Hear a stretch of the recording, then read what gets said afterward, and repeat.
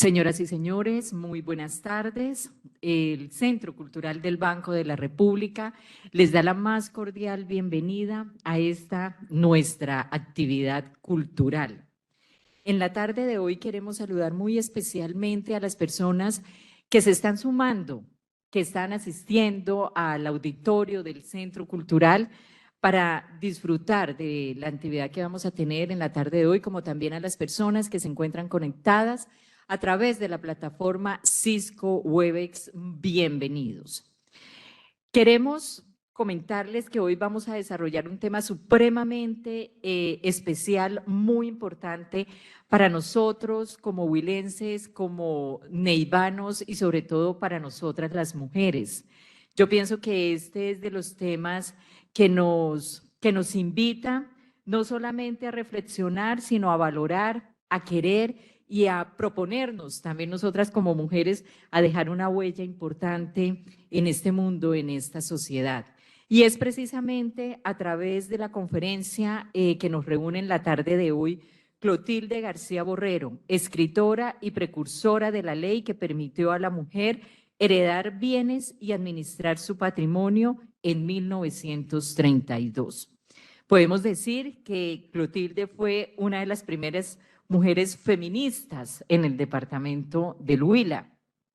Y pues para ampliarnos, para hablarnos de este tema, ¿quién mejor que una persona que es supremamente especial y muy importante para nosotros en la actividad cultural y también para el departamento del Huila?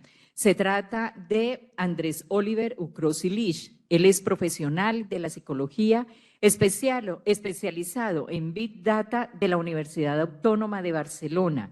Cuenta con libros publicados, artículos científicos y un software para abordar la historia independentista de Colombia de manera lúdica, que igualmente pueden consultar al visitar el Museo Francisco José de Caldas y las haciendas coloniales vinculadas a la independencia de Popayán, así como en las facultades también de Ciencias Sociales de la Universidad del Cauca. Oliver cuenta con experiencia en investigación, edición de libros, museografía, creación de proyectos lúdicos para el aprendizaje didáctico y orientación de estudiantes. Es columnista en Las Dos Orillas y también participa de manera activa en otros medios de comunicación de carácter nacional como El Espectador y Proclama del Cauca. Pues señoras y señores, vamos a darle la bienvenida a nuestro conferencista en la tarde de hoy y nuevamente a las personas que se encuentran conectadas a través de la plataforma Cisco Webex. Bienvenidos. Vamos a tener un espacio para las preguntas que en su momento podrán activar micrófonos o no las pueden compartir a través del chat. Igualmente, aquí también en el espacio que tenemos disponible en el Centro Cultural, también pueden preparar sus preguntas. Muchísimas gracias y por favor recibamos con un fuerte aplauso a nuestro conferencista. Muchas gracias al Banco de la República por la invitación, a Marta Monsalve. Bueno, estimados espectadores de esta tarde cultural en la agencia de Neiva, hoy vamos a hablar sobre doña Clo, también conocida como doña Clotilde García Borrero de Ucros Durán, como se presentaba ella en varios medios. Doña Clotilde tiene una nota de prensa con la que yo quisiera empezar la conferencia, que es esta que vemos acá. Por favor, léanla, leámosla si quieren en silencio y luego continuamos con la exposición. Quisiera que leyéramos esto como apertura para que tengan una idea de qué es lo que recoge la conferencia. Voy a leerlo. La República, martes 13 de mayo de 1969, Clotilde García de Ucros fue una de las más activas y valerosas luchadoras por la conquista de los derechos civiles y políticos de la mujer colombiana. Sin embargo, no recibió el más mínimo homenaje, ni siquiera el reconocimiento de su ímprobo esfuerzo. Lo mismo que a Georgina Fletcher, otra de las precursoras de tan formidable batalla, las mujeres la ignoraron totalmente cuando se trató de elegir la mujer del año o de distribuir honores y condecoraciones. A Clotilde García de Ucros se debe la aprobación de la Ley 28 de 1932. Concurríamos a las barras de la Cámara de Representantes un pequeño de grupos de mujeres no más de 10, a presionar la expedición de la ley. Y recuerdo que una tarde, cuando uno de los representantes nos dirigió un chiste vulgar, ella le gritó: cobarde, respete a las damas. Naturalmente, la policía despejó las barras. Con todo, continuamos presenciando los debates en donde soportábamos toda suerte de injurias y befas de mal gusto, hasta cuando logramos que el proyecto se convirtiera en ley de la República. No fueron, pues, los derechos de que disfrutamos hoy un gracioso obsequio, como se afirma por los varones que en la hora de ahora son todos partidarios de ellos. Tanto es así que el presidente Olaya Herrera, muy interesado en la reforma, obsequió a Clotilde con una tarjeta con decoración en la cual exalta su mérito y relieva su decisivo aporte en la aprobación de esta ley. Mujer valerosa, de gran talento y clara visión, trabajaba entonces para sostener su hogar en un empleo del municipio de Bogotá y dedicaba todas sus horas libres a la insomne y tenaz batalla por conquistar para las mujeres el derecho a manejar sus bienes, el derecho a concurrir a la universidad y el derecho a votar.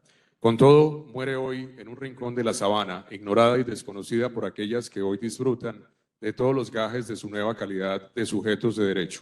Así somos las mujeres. Ofelia Uribe de Acosta. Vamos entonces adelante. Nos vamos a contextualizar en Gigante Huila en 1887. Aquí tenemos la ceiba de Gigante, que ya desapareció recientemente. Hemos hecho un trabajo de inteligencia artificial por recrear en color estas fotos. También se recrearon muchas de las fotografías de Clotilde de manera animada, es decir, en video. Pero por cuestiones del tiempo vamos a manejar esto simplemente como lo estamos viendo ahora, totalmente plano en PDF. La conferencia la pueden pedir acá para que se las compartan en PDF. El entorno. Entonces, a mí me gusta empezar a hablar por las abuelas, porque las abuelas siempre cumplen una función, incluso según la evolución. La abuela materna de Clotilde, porque así es como aparece en su partida de bautismo, en su matrimonio, en su defunción, no Cleotilde, sino Clo. La abuela sí se llamaba Cleo, pero en una de las partidas de ella que encontramos, en su partida de bautismo, que se discutía si había nacido en Neiva o en Gigante, pues encontramos que nació fue en Neiva, aunque se crió en Gigante. Aparece abuela materna Clotilde. Entonces, por ese error, parece que alguien se confundió y la bautizó no Cleotilde, sino Clotilde, y ella se quedó Clotilde. No obstante, en sus cartas personales ella afirma Cleo. Parece que siempre se quedó con el delirio hasta su muerte de que la trataran de Cleotilde y no de Clotilde. Pero bueno, esta es la historia. Ahí aparece Clotilde García Borrero, siendo niña, que es esta, con su abuela Clotilde Álvarez Rivero. Entonces, en Gigante, que era un pueblo muy pequeño, pero muy agradable, esta mujer y este hombre, Tomás Borrero Falla, forman un hogar. Tomás Borrero Falla era un hombre absolutamente rico, como heredero de uno de los hombres más ricos de la colonia. Y esta mujer era también hermana de Francisco Eustaquio Álvarez Riveros, que fue rector de la Universidad del Rosario, alcalde de Bogotá, autor de un libro llamado Lógica. Se le reputa como el último de los utilitaristas, pero ya lo vamos a ver. Aquí está la partida de matrimonio de Tomás Borrero Falla y Clotilde Álvarez Riveros, encontrada en Gigante Huila. Fueron casados el 17 de enero de 1860. Entonces, aquí tenemos el núcleo de Clotilde, de su madre, María Inés Borrero Álvarez. María Inés era hermana del pintor más importante que había en Colombia en su momento, o uno de los más importantes, que era Ricardo Borrero Álvarez. Este es del film, es que se parecen físicamente. Ricardo Borrero Álvarez, y aquí están otros hermanos, Guillermo, Ruperto, y aquí está don Francisco Eustaquio Álvarez, rector del Rosario, autor de Lógica y masón. Aquí aparece el núcleo familiar con otros hermanos, para quienes quieran detallar más adelante en la conferencia. Entonces, era una familia acomodada, no era una familia, digamos, que hubiera salido emergente, con una lucha, digamos, eso sí, muy inusual para su condición de rica, de pueblo y además de una familia católica. Clotilde es una feminista sui generis porque la madre también, siendo una mujer muy católica, tenía aquí una frase muy curiosa, doña María Inés Borrero Álvarez. Decía: el hombre colombiano no se preocupa por facilitarles a las mujeres su trabajo manual, ni por cultivar su inteligencia, y pronto está la joven más bonita, la de más aspiraciones, hecha un jumento, es decir, un burro, y vulgar en toda la extensión de la palabra. Y tiene también una tía, que es la tía abuela, María Bernarda Borrero Gómez, que le escribe al prócer Manuel Antonio López Borrero, el ayudante de Bolívar y Sucre, cuando este personaje tenía solamente 15 años de edad. Él le dice: mamá, ¿será que me puedo meter en la guerrilla? Imagínense esa pregunta hoy en día, que un hijo de ustedes les diga: mamá, ¿será que me puedo meter en la guerrilla? Y esa mujer le dice: claro, mi hijo, para mí sería un orgullo que tú seas un guerrillero en las guerrillas de los republicanos de Bolívar. Y le responde: mi querido hijo Manuel, si siempre hubieras estado a mi lado, el mismo destino te daría pues el otro chico que queda conmigo. Y si se necesita, no tendrás que venir aquí por él, porque mi mayor gloria será presentarlo por mi mano y que sirvas a la patria con fidelidad, como lo espera de ti tu amante madre, María Bernarda Borrero Gómez. Ahí la mamá autoriza a su hijo a entrar a las guerrillas republicanas. Y él entra a la guerrilla de Bolívar y es capturado a los 16 años y bueno, tiene una historia impresionante. Aquí tenemos el padre de Clotilde, que es Abelardo García Salas, es un hacendado especialmente cacaotero, con tierras en Baraya y en Gigante. Aquí tenemos un óleo de Abelardo que está en posesión de Inés García de Durán. Y aquí tenemos los hermanos y la tradición partiendo desde Abelardo. Entonces, estos son los hermanos de Clotilde. Aquí está el ingeniero don Joaquín García Borrero, que fue gobernador del Huila, el primer gobernador liberal del Huila. Fue también el primero que habló acá de anarquismo a través de sus poemas en su libro titulado Algos, autor de Neiva en el siglo XVII, El Huila y sus aspectos, entre otras obras que no he leído todavía, pero me imagino que tendrán una gran calidad como las otras que sí he leído.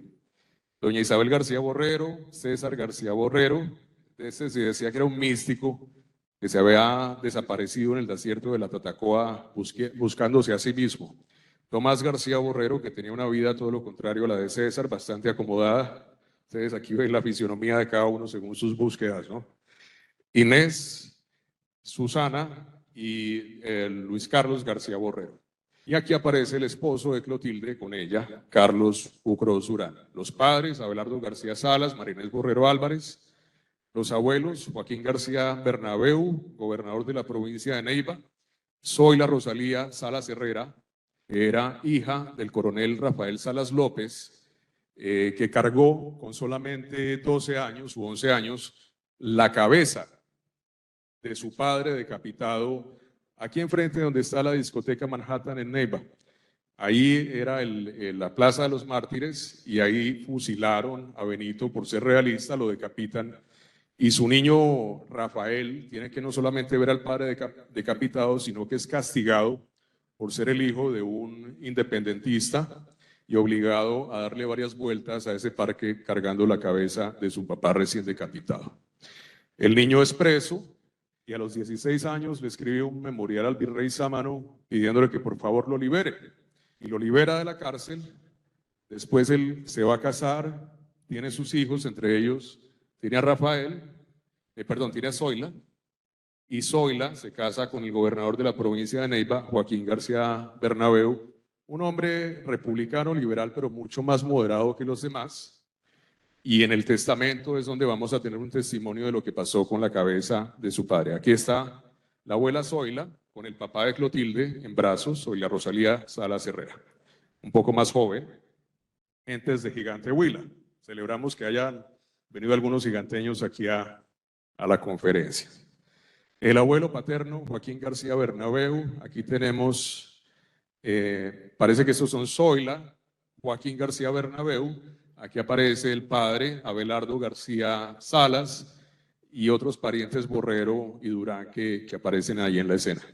Todas estas familias, los Borrero, los Durán, los Salas, los Tello, aparecen en las actas de fundación de la provincia de Neiva. Todos son familias muy liberales, muy republicanas, muy antirrealistas, y por ende podemos entender que es gente culta. Aquí el general Manuel Antonio López Borrero, tío de Clotilde, cuenta esta historia. Toda la familia se decidió por la causa de la independencia desde el año de 10, es decir, de 1810. Siendo mi tío Joaquín Borrero, alias Catilina, uno de los 10 que dieron el grito de la libertad en la capital el 20 de julio de 1810. Muchos de los miembros de la familia perecen en los campos de batalla, combatiendo por la libertad, y todos ofrendan cuantiosa fortuna en aras de la patria, en la magna guerra, sin exigir retribución alguna. Manuel Antonio López Borrero, en sus recuerdos históricos. Aquí tenemos algunos otros parientes de Clotilde. Aquí está el Evaristo Poveda Borrero, que es el hijo de uno de estos próceres, que incluso según José María Restrepo Sáenz, me parece que en la obra Gobernadores y Próceres de Neiva, dice que este hombre marchó incluso hasta la Cuchilla del Tambo, que fue donde fue vencido con Benito Salas. De ahí viene Benito hasta Neiva, desde la Cuchilla del Tambo, y después de salvarse de la peor batalla de Bolívar, el peor desastre militar que pudieron tener, llega acá para ser fusilado de una manera prácticamente, perdonen la expresión coloquial, tonta. Y aquí tenemos al tío Ricardo, que parece que un hombre cansado de un entorno familiar lleno de batallas, y de la palabra república, de la palabra guerrilla, de la palabra patria, se dedica a pintar paisajes. Y se va a la Escuela de Bellas Artes de Bogotá. Allá se encuentra con Luis Jorge de Llanos Keats, un sobrino del poeta John Keats, el poeta inglés que murió muy joven, que fue médico. Y el sobrino de ese gran poeta, que era Luis Jorge de Llanos Keats, es el maestro de Ricardo. Y después él se va a Europa, a España y a Francia a perfeccionar su arte. Entonces, aquí tenemos el tío Ricardo. Estas son las obras del tío Ricardo Borrero Álvarez, nacido en Aipe, pero criado en Gigante Huila también. Esas son algunas obras de él. Habíamos hecho un trabajo de inteligencia artificial, como les contaba, recreando esto en video, pero por el tiempo vamos a andar un poquito más rápido y nos vamos a perder de eso.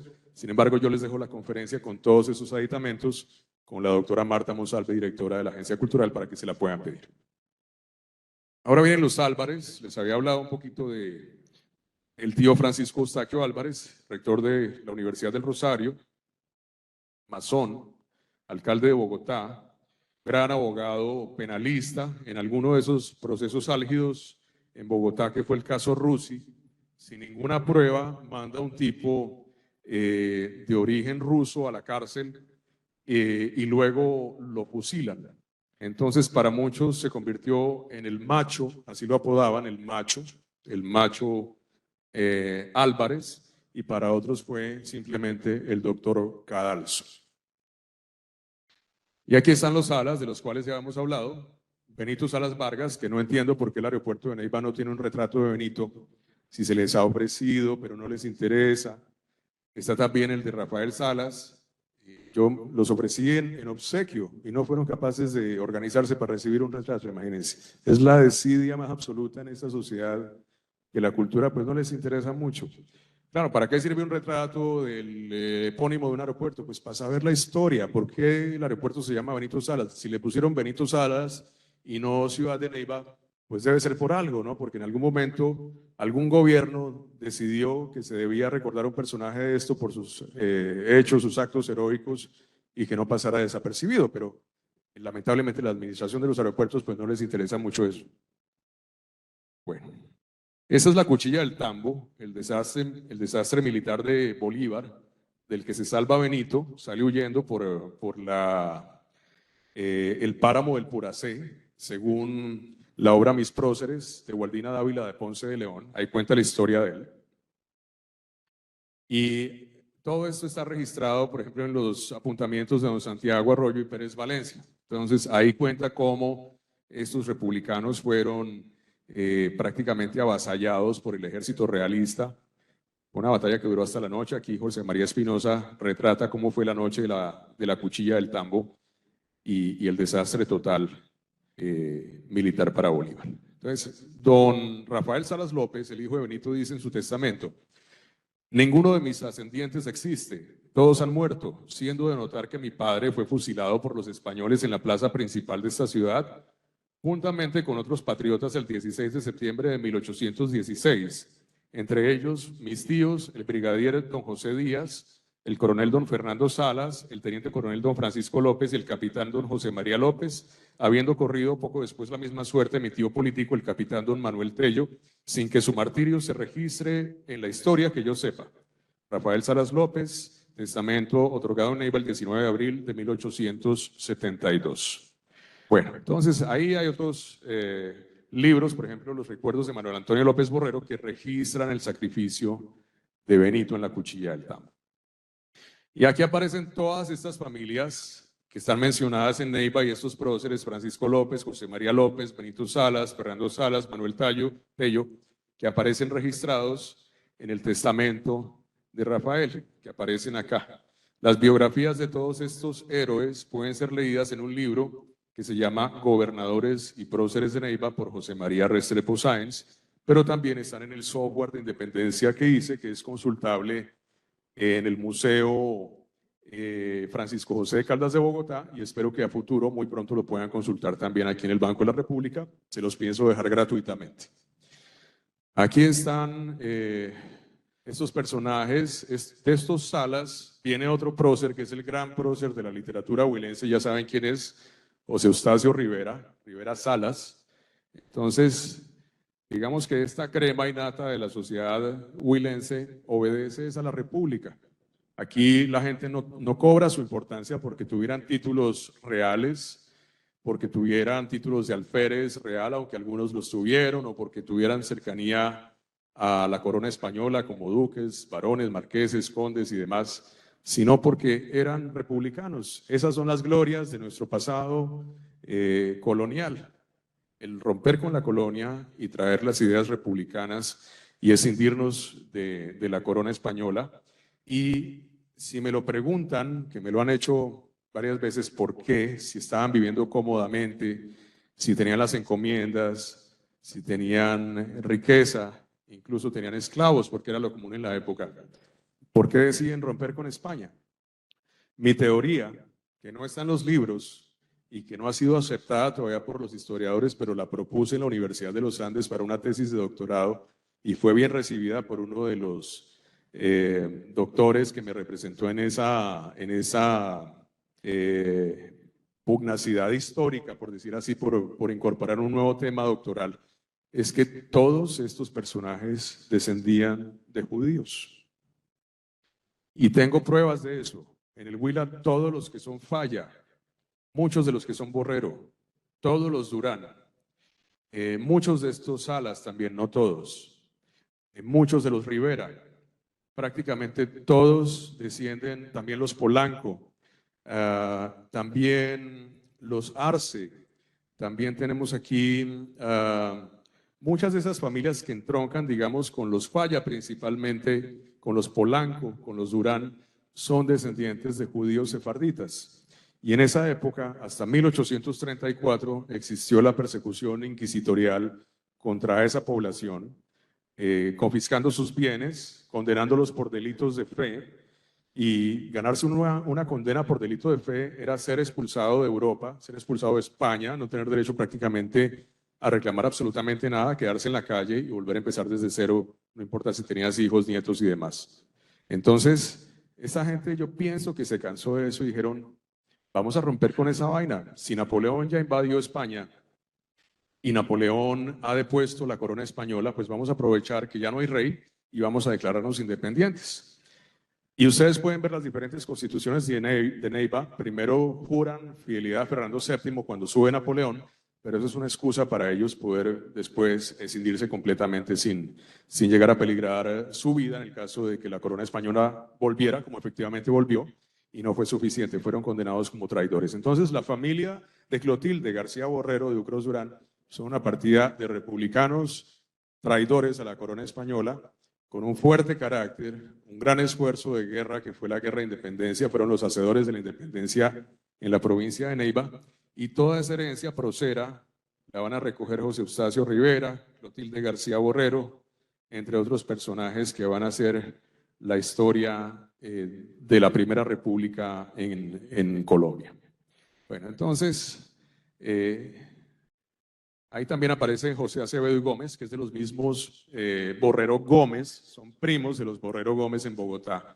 Entonces, toda esta familia, estas familias estaban integradas entre sí. Aquí aparecen los López de José Hilario López. Entonces tenemos a los López Borrero, que son los primos hermanos de Hilario. Tenemos también aquí a Federico Villoria López, los hermanos de él, los hijos de él, Alejandro y Federico, fueron gobernadores de acá del Huila, fundadores de la Academia de Historia, herederos también de toda esa tradición. Algunos, que son los defensores de Bolívar, se vuelven conservadores, y los que están en contra de la dictadura de Bolívar, como José Hilario López y Obando, son los que forman el Partido Liberal. Entonces, esa es básicamente la diferencia entre liberales y conservadores en los inicios de la República. ¿Quiénes están con Bolívar? ¿Quiénes en contra de Bolívar? Entonces, mi conclusión de esta primera parte, que es el entorno familiar de Clotilde, es: los actores principales de la independencia de Neiva estaban unidos por grados de parentesco cercanos, por vínculos de la sangre o por asociaciones matrimoniales. Y todos fungieron cargos administrativos importantes en la provincia de Neiva antes de la emancipación de España. Sus descendientes gobernaron el Huila durante casi 200 años. No me deja mentir el Salón de Gobernadores del Huila, donde están todos los retratos y aparecen los descendientes de todos estos administrando el Huila hasta 1991, hasta la llegada de la Constitución Política del 91, reemplazados por nuevas élites. Todos descendían de los Polanco Falla, de origen judío sefardí. Bueno, y entonces, de toda esta herencia del siglo XIX, aterriza a comienzos del siglo XX doña Clotilde García Borrero en 1903. Ahí la vemos. Esta foto es de Clotilde en su juventud. Esta es ella. Y entonces no viera por qué. Mi tía Inés Ucros García decía que su mamita, que es mi bisabuela, la echaron del colegio porque tenía un noviazgo, un romance con el profesor de matemáticas. Esa era Clotilde. Y entonces Clotilde era sumamente rebelde. Hacía esos actos de rebeldía no solamente en el colegio, en la sociedad. Digamos que ya se perfilaba desde esos albores de su juventud una feminista en éxtasis. Y aquí tenemos una anécdota que me contaba también Inés. Alguna vez Clotilde llegó a la iglesia con sombrero, porque le encantaba andar con sombreros, era muy sombrerera. Y aquí tenemos varias fotos. Esta es Clotilde con su hija Inés, Clotilde nuevamente, Clotilde ya en la vejez. En las tres pueden ver que tiene sombrero. Eso era algo habitual en ella, los sombreros, desde muy joven. Y entonces el cura desde el púlpito dijo: la señorita que está con un sombrero en la cuarta fila a la izquierda, por favor, se sale de la iglesia. Y Clotilde hizo como si no se tratara de ella y se quedó en la misa. A la semana siguiente llegó con un sombrero de jipijapa. Un sombrero mucho más grande, para hacerle notar al cura que le importaba 5 si le volvía a hacer el mismo reclamo y sacarla de ahí. Bueno, entonces, aquí tenemos Neiva en 1908.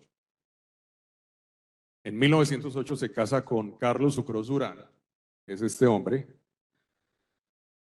Ahí está la partida de matrimonio en la parroquia de la Catedral de Neiva. Aquí están los Ucros, por aquí está Carlos, un poquito antes de casarse. La madre de Carlos, que también es parienta de Clotilde porque también es Borrero, es hija del general Liborio Durán Borrero. Y estos Durán también tienen un escenario en Neiva como principales gestores de la gesta de la independencia en esta provincia. Entonces ahí tenemos a Ignacio José Durán Polanco, que es el padre del general Liborio Durán Borrero, que es el abuelo de Carlos. Y aquí tenemos a los padres de Carlos Ucros Durán, el esposo de Clotilde: José Eugenio Ucros Simó, el padre de Carlos, y Matilde Durán Buendía, la madre de Carlos. Esta es la partida de matrimonio de José Ucros con Matilde Durán Buendía, Campo Alegre, Huila. Entonces parece que en la independencia el general José de Dios Ucros, aquí aparece, masón, fundador de 2 órdenes masónicas en Bogotá, hijo de otro prócer que fue el general José de Ucros y Paredes, le paga la República con tierras en el Huila por sus servicios a la causa libertadora.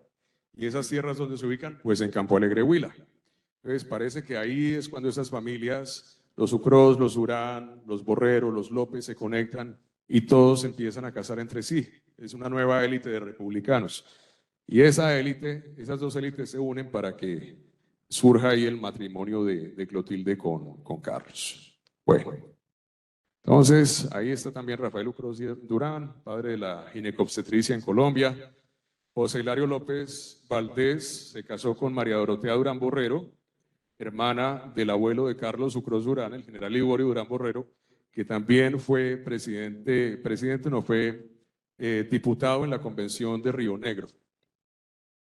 Y aquí tenemos la partida que también la encontré en la iglesia de la parroquia Inmaculada Concepción de Neiva, la catedral. Ese es Carlos, con sus hijas Eugenia. Aquí aparece, esta debe ser Inés y esta debe ser Margarita Ucros García.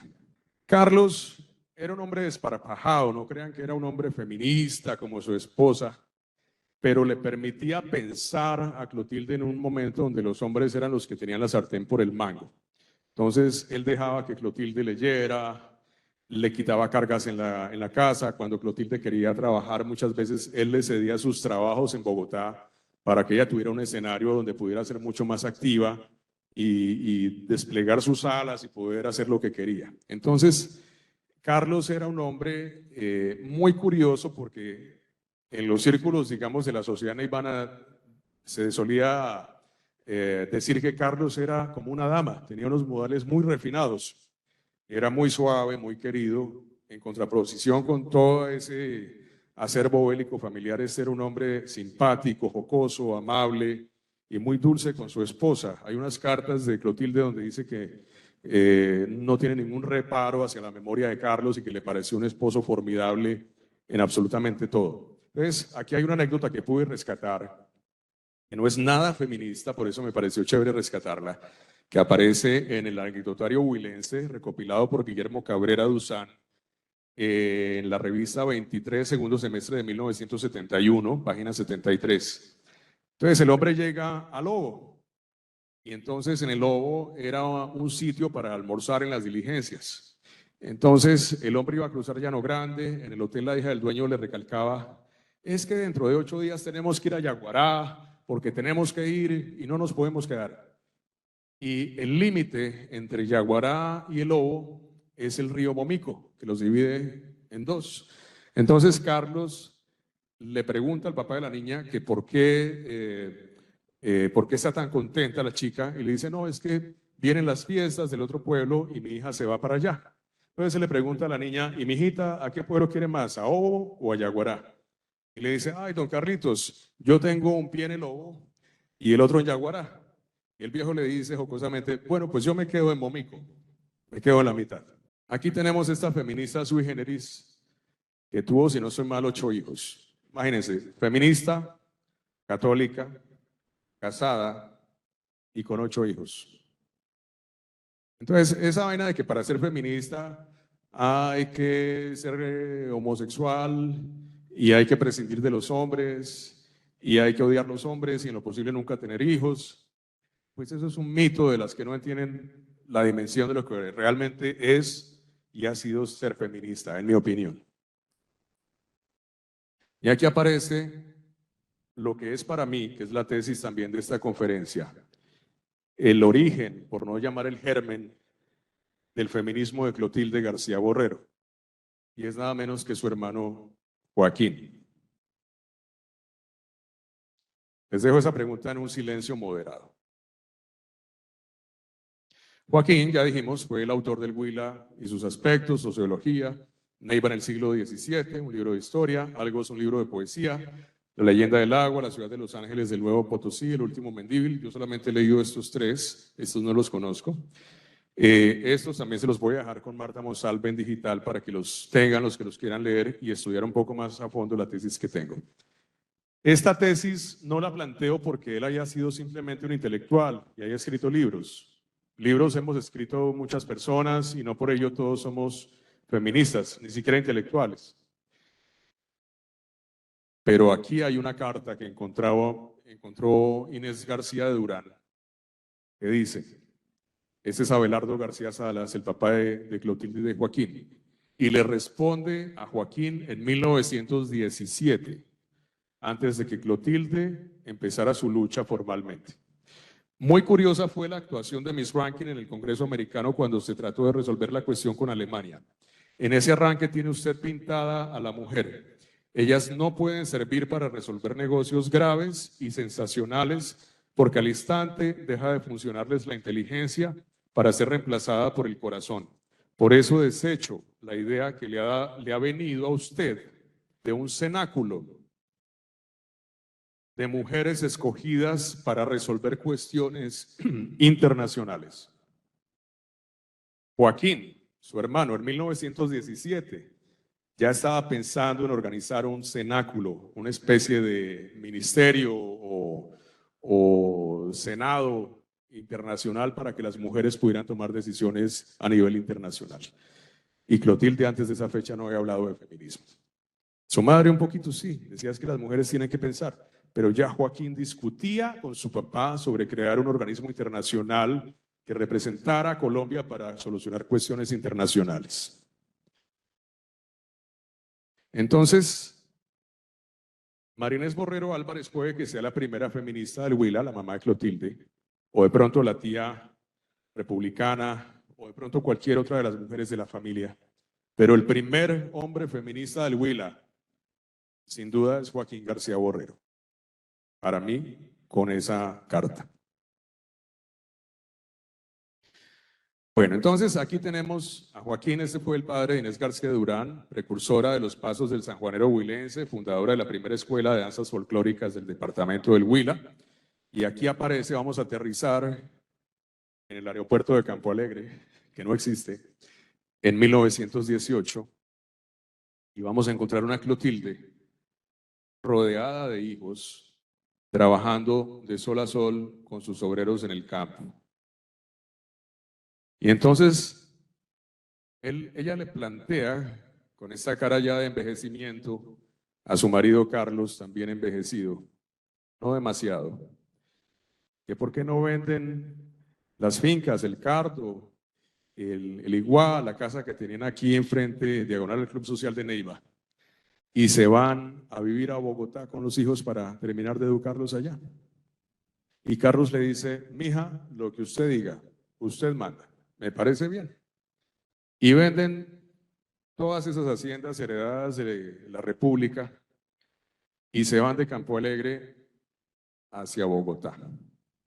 Y entonces ella le dice a Alfonso López Pumarejo, Alfonso, necesito que nos veamos, eran vecinos ya en Bogotá. Necesito pedirte un favor. Claro, mija, ¿qué favor quieres? Alfonso, yo siempre le pido puestos para los demás, pero esta vez necesito un puesto para trabajar yo. Y Alfonso se queda sorprendido. ¿Usted va a trabajar, Clotilde? Pero es que las mujeres casi no trabajan acá. Sí, mijito, yo quiero un puesto para trabajar. Ay, ¿pero qué la pongo a hacer? Entonces dice, no, pues consígame unos 300 obreros y yo le organizo los parques de Bogotá. Y lo convenció y empezaron a trabajar con la dirección de parques en Bogotá. Parques y Jardines de Bogotá. Eso fue un poco después, pero fue la primera directora de Parques y Jardines de Bogotá entre 1930 y 1940.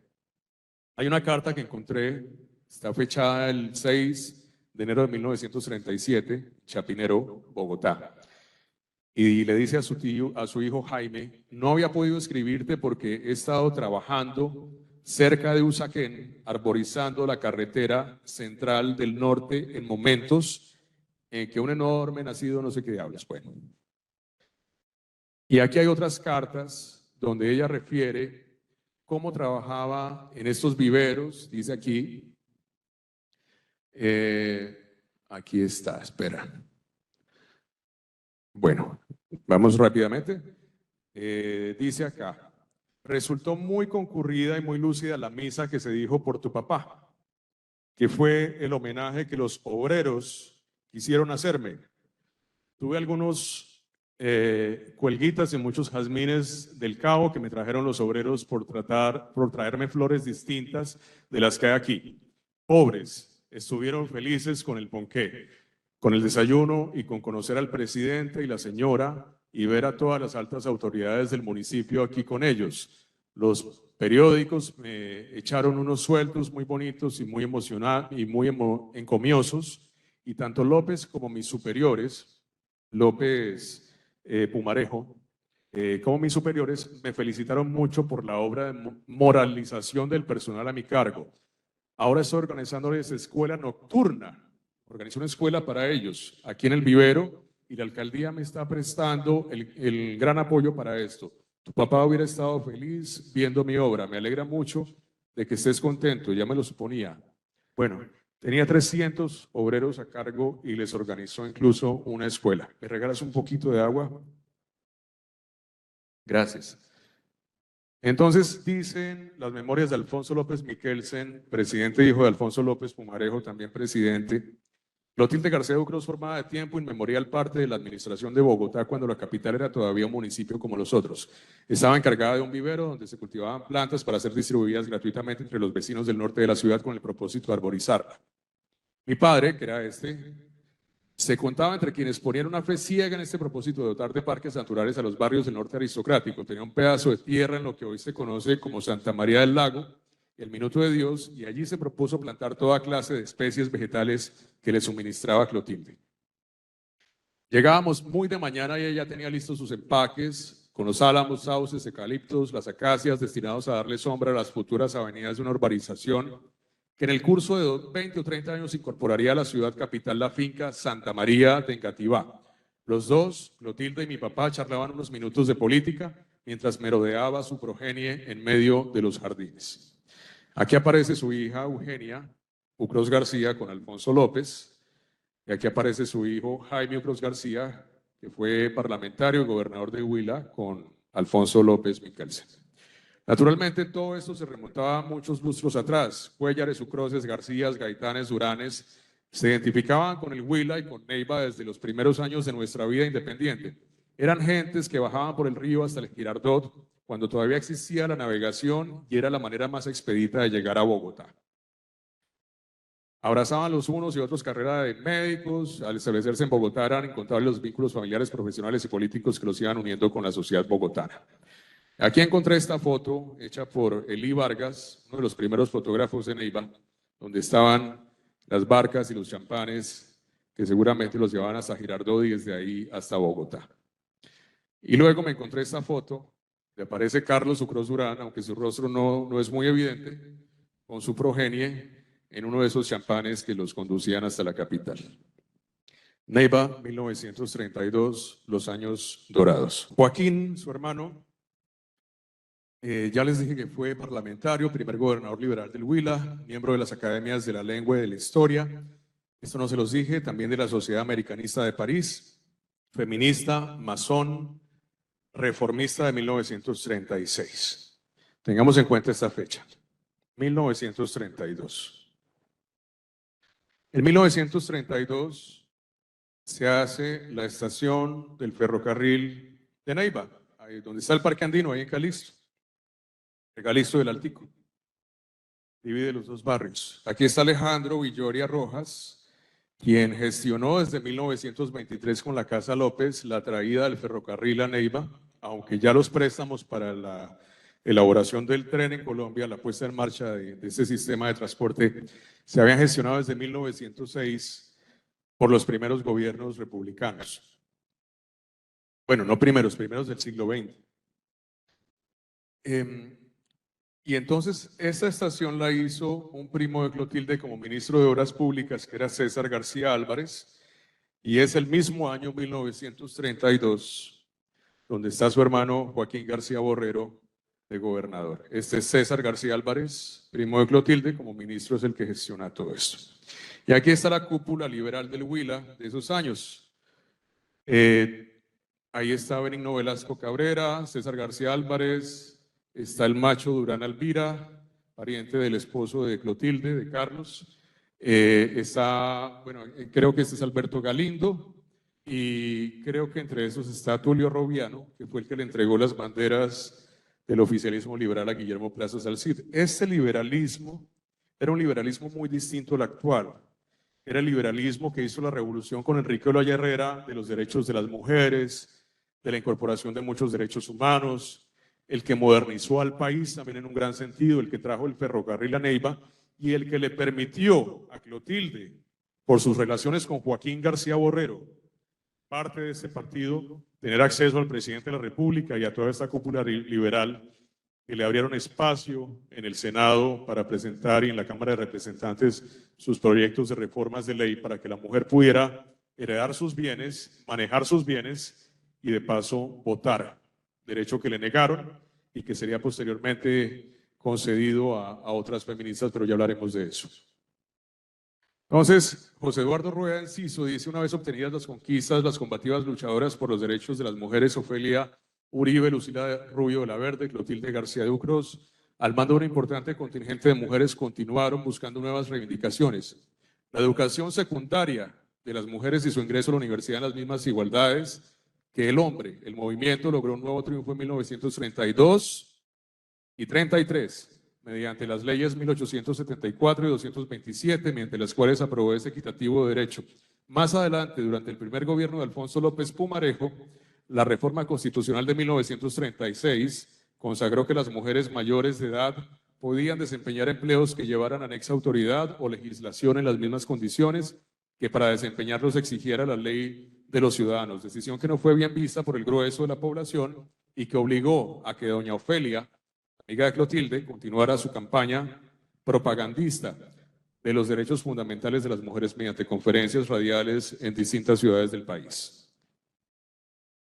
Y en el Archivo General de la Nación me encontré esto: las sesiones del Congreso de 1932. Y ahí aparece el registro de cómo fue la lucha de Clotilde por los que registraban la crónica de lo que pasaba día a día en el Senado y en la Cámara.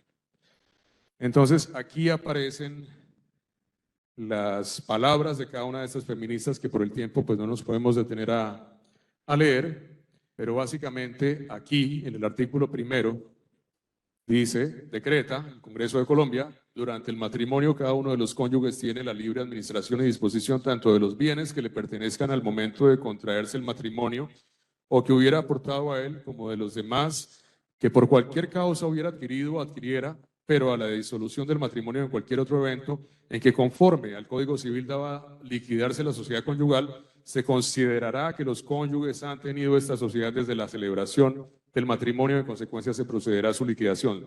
Artículo 2. Cada uno de los cónyuges será responsable de las deudas que personalmente contraiga, salvo las concernientes a satisfacer las ordinarias necesidades domésticas o de origen, o de crianza, educación y establecimiento de los hijos comunes, etcétera. Artículo 3. Son nulos absolutamente entre los cónyuges las donaciones irrevocables de los contratos. Artículo 4. En caso de liquidación, se deducirá la masa social. Artículo 5. La mujer casada mayor de edad como tal puede comparecer libremente en juicio y para la administración y disposición de sus bienes no necesita autorización marital ni licencia del juez, ni tampoco el marido será su representante legal. Ustedes se imaginan el aplauso sonoro cuando dieron por aprobado ese artículo en el Senado en Bogotá y en la Cámara de Representantes. Debe de ser algo hermoso y apabullante. Entonces, doña Clota estuvo detrás de todo esto, que le permitió a la mujer manejar sus bienes, heredar los bienes de los hijos, heredar del marido, disponer de sus bienes, porque antes los bienes solamente pasaban del hombre al hombre, al hombre, al hombre, y la mujer quedaba a la suerte de la caridad. Muchas mujeres, cuando se disolvía la sociedad conyugal, se iban de monjas, no porque tuvieran mucha fe ni mucho interés en alcanzar la iluminación espiritual, sino porque no tenían cómo vivir. Entonces, esta ley es algo muy importante, algo sublime, porque además cambió el Código Civil. El Código Civil que hizo Napoleón en la República Francesa, que nos inspiró a hacer una revolución acá. Quedábamos por toda iluminada, toda poderosa, y esas mujeres dijeron: no, la revolución republicana no está terminada. Tenemos que también modificar el Código de Napoleón, el código que tradujo Andrés Bello y que asumimos aquí. Entonces, aquí tenemos, entre estas cartas, señor presidente y demás miembros de la Honorable Cámara de Representantes, en nombre de la mujer colombiana y con el debido respeto, solicitamos de esa honorable corporación que dignamente integráis y se continúe el estudio de los muy justos proyectos sobre el régimen patrimonial y otros que en buena y oportuna hora presentó el excelentísimo señor presidente de la República a la consideración del Congreso Nacional, elaborados magistralmente por el doctor jurista señor Luis F. Latorre.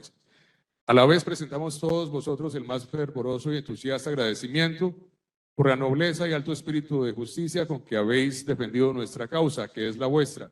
Algo más, la de vuestras madres y más tarde la de vuestras hijas, reconociendo la positiva diligencia y laboriosidad de la mujer en favor de la familia, demostrando la efectividad de la sociedad conyugal, habéis enaltecido el hogar y afianzado definitivamente el sagrado vínculo del matrimonio, probando hasta la saciedad en el terreno jurídico que el proyecto no trastorna el orden civil ni legislativo, algunos de vosotros con verdadera elocuencia, en espléndidas oraciones de corte académico con derroche de conocimientos psicológicos, sociales, históricos y hogareños en todas las épocas de la humanidad, con lucidez y acierto, habéis considerado nuestra situación de manera tan clara y tan precisa que la honorable Cámara ha quedado suficientemente ilustrada y convencida, demostrando solidario interés para que pase el proyecto que nos favorece, o mejor dicho, nos hace justicia. En atención a lo corto del tiempo disponible, reiteramos a la honorable Cámara se sirva de disponer sus sesiones de manera que se apruebe el proyecto y pueda pasar al Senado a la mayor brevedad posible. Firma Georgina Fletcher, que fue la presidenta de las feministas de esa época, entre otras damas de aquella época, y aquí aparece nuestra huilense Clotilde García de Ucros. Aquí tenemos un artículo que escribió Clotilde una vez terminó la lucha por el derecho al voto. Entonces, lograron la aprobación. Clotilde dijo, bueno, y nos vamos a quedar ahí. Como dicen los españoles, las mujeres vamos a por todo. Y en ese a por todo, aquí en la revista Civismo, esto fue publicado creo que en 1933 o 1932, dice Clotilde, prejuicios ancestrales han venido sosteniéndose en la falsa convicción de que la mujer fuera del hogar ni tiene puesto ni sabe sostenerse en él. Por errado criterio de los antepasados se nos tituló de incompetentes y una vez tonsuradas con ese depresivo doctorado, se cerró a la inteligencia femenina todo medio de cultivo y de perfeccionamiento y por resolución anticipada se dedicó toda atención al cultivo intelectual del hombre. Creada en estrecho círculo de educada a la mujer menos que mediocremente, desde luego que su educación se ajustó solamente a modelar el carácter e inculcar en su alma sentimientos piadosos, educación que se consideró más que suficiente para ejercer las ineludibles obligaciones de ama de casa y madre de familia. El injusto título no tuvo apelación. Por fortuna para ella, el mundo, que no cesa en su movimiento rotativo, evoluciona y por ley natural, aunque más lentamente de lo que quisiéramos, la mujer necesariamente evoluciona con él. Y dice acá rápidamente, la reconocida y notoria superioridad del hombre sobre la mujer en anteriores días, agregada al carácter apasionado de nuestra raza latina, relajó de tal suerte la condición moral del hombre que como consecuencia principió a sentirse la presión económica en la mayoría de nuestros hogares. El natural instinto de defensa impulsó a la mujer a buscar trabajo y el hombre mismo, que en más de una ocasión ha dicho que el trabajo dignifica, rebajó inmisericordiamente la condición de la mujer trabajadora, fallo que tampoco tuvo apelación. La crisis económica que azotó al mundo entero y que en nuestro país se presentó con caracteres alarmantes, contribuyó en gran parte a que la mujer se resolviera a dejar de lado temores infundados y a entrar de lleno en la conquista de sus capacidades. Ayudémosla reglamentando los establecimientos de enseñanza secundaria. Ampliémosle el campo para que desarrolle sus facultades intelectuales poniéndola en las puertas de la universidad. 1932. Y luego clasifiquémosla en el cumplimiento de la verdad y de la justicia destinándola al lugar que le corresponda. Perdón, 1939 fue esto. Y entonces aquí aparece Ofelia Uribe de Acosta.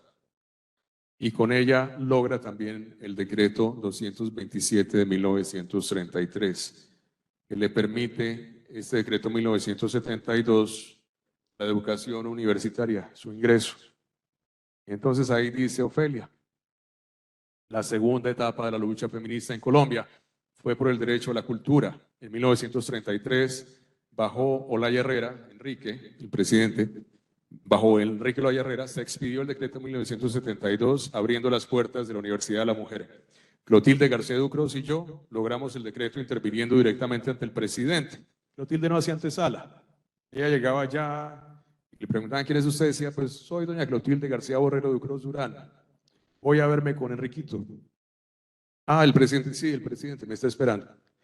Y Enrique la recibía. Hola, ¿cómo está la hermana favorita de Joaquín García Borrero? Muy bien, Enrique. Traigo este proyecto para que hagas un decreto que le permita a la mujer ingresar a la educación universitaria. Y así con Ofelia fue que gestionaron esto. No fue tan traumático como el otro. El derecho al voto, que Clotilde lo había pedido, según la revista Credencial Historia del Banco de la República, en 1931, ni siquiera fue acogido por el grupo de feministas de Bogotá, encabezado por Georgina de Fletcher. No les interesó dar esa lucha tan temprano o tan tarde. Y no fue sino hasta 1951, después de que se lo negaron a Clotilde como propuesta en el 32, que esas mujeres retomaron ese proyecto y en el año 57, si no estoy mal, fue cuando lograron la aprobación del derecho al voto en Colombia. La ley 28 adelantada a su tiempo. Aquí podemos ver el sufragio femenino fue aprobado en España en 1931, en Francia en 1944, en Colombia en 1954, 54 no, 57. La abolición de la esclavitud en España 1865, Francia 1848, Colombia 1852. Sufragio femenino más tarde que Europa, y eso que nos independizamos. Y abolición de la esclavitud antes que en España, después de Francia. Educación femenina, España, fines del siglo XIX, o sea, finales de 1800, Francia, años 40, Colombia, 1933. Estuvimos un poquito más adelante de Francia, pero un poco después de España. ¿Constituyó un gran avance en la independencia? Juzguen ustedes. Y ese fue el motivo por el cual también en Francia, Olympe de Gaugues, cuando mira la Declaración de los Derechos del Hombre, dice, es que yo pensé que los derechos del hombre abarcaban también a la mujer, pero los derechos del hombre dice que es solamente para los varones. Y entonces ella elabora una declaración de los derechos de la mujer en 1791. Tuvieron que pasar casi 200 años para que lo que escribió esta mujer tuviera un eco aquí en Colombia. 150 años. Y aquí tenemos la etapa de Clotilde como viuda. Pues, en 1936 se le muere Carlos. Y aquí una carta muy linda que le escribe a su hijo Jaime Gros García el 25 de diciembre de 1936.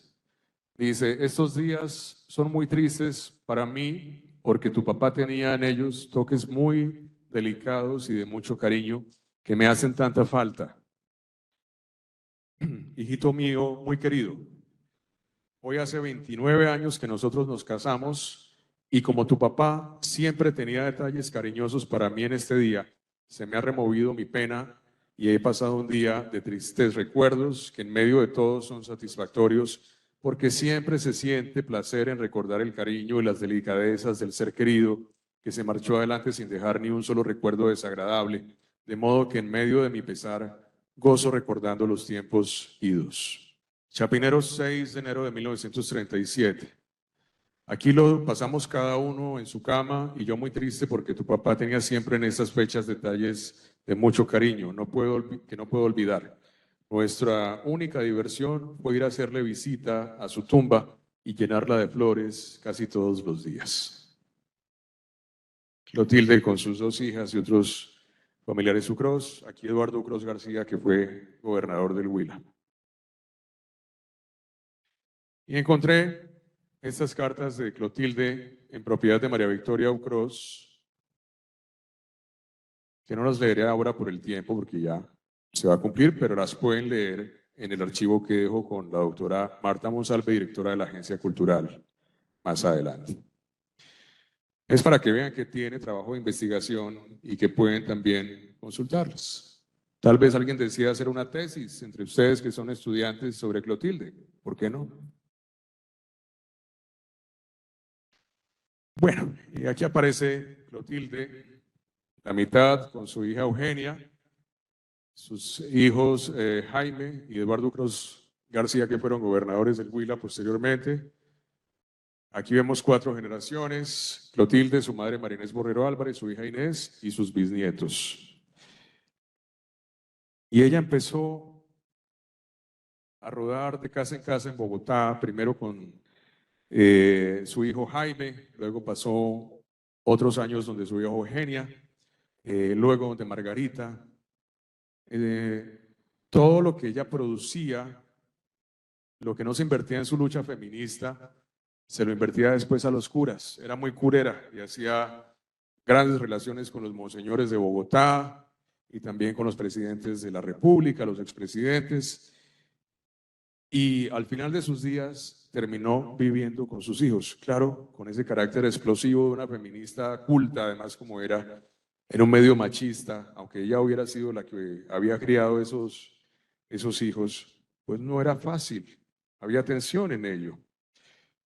Y Clotilde terminó falleciendo en la casa de su hija Inés en Engativá el 11 de mayo de 1969, enterrada en un rincón de ese cementerio, como reza el artículo de esquela o obituario de su compañera de lucha, Ofelia Uribe da Costa, y a su entierro concurrieron 3 expresidentes de la República para rendir sus honores.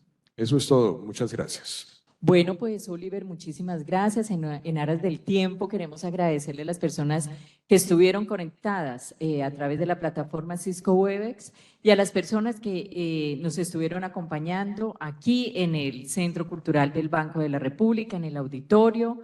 Bienvenidos los que llegan de diferentes municipios y pues por supuesto, Oliver, muchísimas gracias, que nos vemos en una próxima también, porque continuamos precisamente con la familia Borrero. Vamos con Ricardo Borrero Álvarez. Vamos ahora en septiembre con otra conferencia también ofrecida por ti, Oliver, que esperamos también nos acompañen. Muchísimas gracias y hasta la próxima.